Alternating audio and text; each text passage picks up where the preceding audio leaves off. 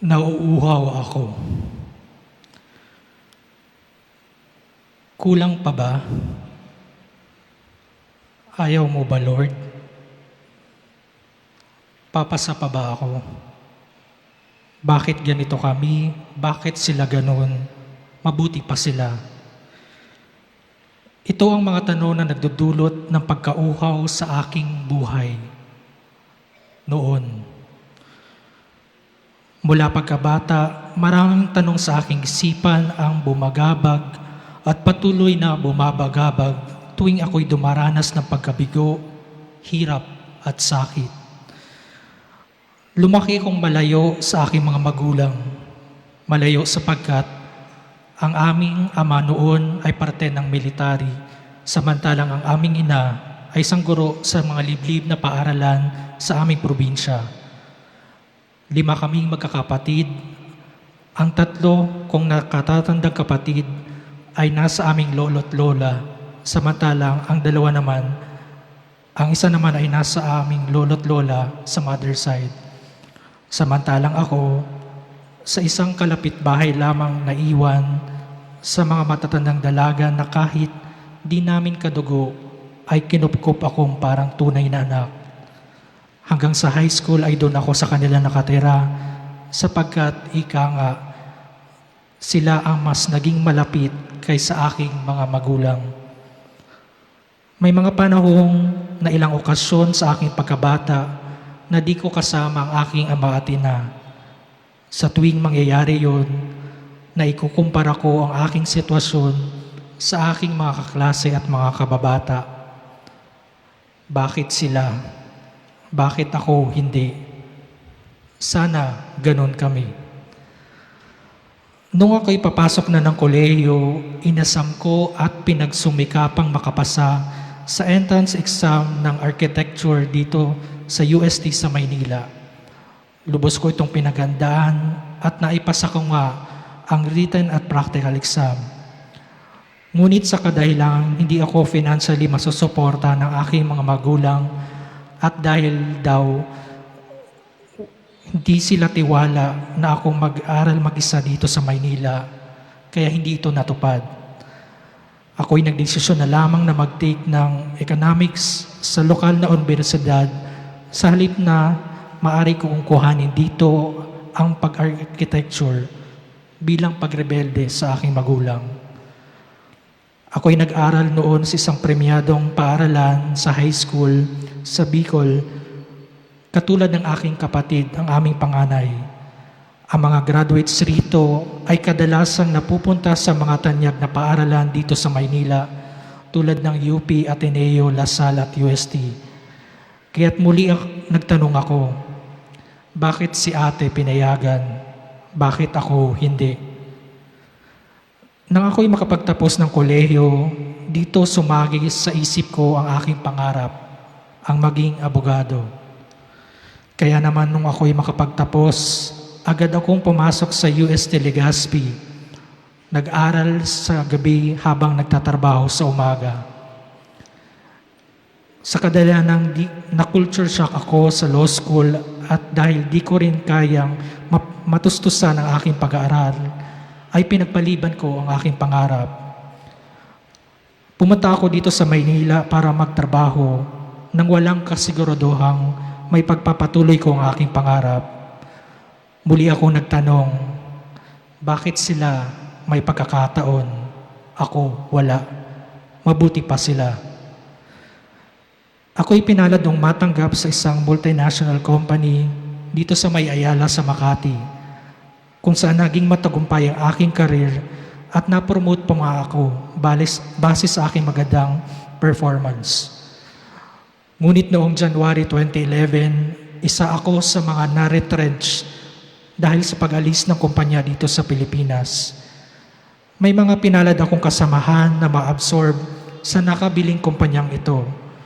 Muli sa pagkakataong ito ay aking naitanong, bakit sila? Mabuti pa sila. Mabuti ay may natanggap akong retrenchment package na aking ginamit upang makipagsapalaran sa Singapore noong March 2011. Ngunit muli ay nabigo ako na makakuha ng kumpanya mag-sponsor sa aking working visa. Kaya't umuwi na lamang ako dito sa Pilipinas na may tanong muli. May pag-asa pa ba? Mabuti pa sila, samantalang ako, anong mangyayari sa akin? Noong 2011, July, ay napansamantala akong nakakuha ng trabaho sa Taguig. Ngunit hindi ito naging matagumpay sapagkat kadalasan ay nakauwi ako ng madaling araw ng pagod na pagod. Wala rin ako makita na oportunidad para sa career growth. Kaya muli ako nag-apply ng mga trabaho at pinalad na matanggap dito sa Philippine Business Bank sa May 8th Avenue. Dito ko rin unang nasilayan ang nooy tinatawag na Our Lady of Grace Parish. Isang magandang resulta ng pagkatanggap ko sa PBB ay nagkaroon ako ng oportunidad para magpatuloy sa aking pangarap. Kaya noong June 2012 ay nag-enroll ako sa San Sebastian College of Law dito sa May Ligarda. Nakatutuwa nga pong ibahagi sa inyo na mismong ang aking boss ay naghatid sa akin sa unang araw ng aking klase. Ako'y nagsumikap noon ng gusto, sa umaga'y nagtatrabaho, sa gabi naman ay nag-aaral. Sarili kong sweldo ang naging katuwang ko sa mga school fees. Ngunit sa mga pagkakataong kapos ito, ay nangangailangan kong humingi ng tulong sa aking mga magulang o mga kapatid. O minsan ay naglo-loan sa aming opisina. May mga pagkakataong bumagsak ako sa mga recitations, quizzes at exams, at minsan sa mismong final grades. Natural ito sa law school. Ngunit, mas nalugmok ako dahil maliban sa failed grades, ay kailangan kong magdesisyon kung susunod pa sa aking pag-aaral sapagkat ang mga schedules noon ay hindi na angkop sa mga working students. Muli ako nagtanong, buti pa sila, bakit naman ganon? Lord, ayaw mo bang ibigay sa akin ang pangarap ko? June 2014, lumipat ako sa Arellano University School of Law. Dito ay naging maganda ang aking pagstay dahil talagang akma ito para sa mga working students. Sa awa ng Diyos, kahit may mga bagsak ako, ay matagumpay ako nakapagtapos noong June 2018. Salamat sa Diyos. Ang sunod kong kailangang paghandaan ay ang November 2018 bar exams. Todo kayod ako at budget ng oras sa review at di naglaon. Pagkatapos ng November 2018 exams, kinasunod na taon ay lumabas ang resulta. Wala ang aking pangalan. Nung makita ko ang aking grado, ay muling kinestyon ko ang aking kakayanan at naikumpara ang sarili sa ibang tao. Bakit sila? Bakit naman ako hindi? Kahit masakit, nagpatuloy ako sa aking review para sa susunod na 2019 bar exams. Base sa aking pananaw, naging maganda ang aking performance at kampante ako na maipapasa ko na ito. Nang sumunod na taon, dumating ang pandemya at katulad natin pong lahat, naging mahirap ito sa aking mental health, lalo na nung lumabas ang resulta na muli wala ang aking pangalan. Patutya at pasigaw ako nagtanong sa Diyos, kulang pa ba Lord? Ayaw mo ba? Ano ba ang gusto mong aking gawin? Pagod na ako. Nang taong din yon ay may naging suliranin din ako sa aking trabaho na labis na nagdulot sa akin ng mental anxiety. Nagpasya na lamang ako ng mga ibang bansa dahil nag-announce na rin ang Supreme Court noon na walang mangyayaring bar exams. Nang sumunod na taon o 2011, walang naging update sa aking pagpapasyang mga ibang bansa dahil muli ay lockdown pa rin noon. Bandang 2011 ay nagkaroon ng applications para sa 2021 bar exams, Ngunit di ako tumuloy dahil wala na rin akong plano noon at, at mayroon na rin akong ibang planong mag-ibang bansa. Nang sumunod na taon, January 2022, ay nag-announce ang Supreme Court na matutuloy na ang bar exams. May mga kaklase akong nagtuloy sa pag-exam at base sa kanilang feedback ay naging madali daw ang mga ilan sa mga tanong. Bakit daw di ko tinuloy? Ayaw ko na noon tingnan ang mga tanong sa bar exams dahil lalo lamang ako manlulumo.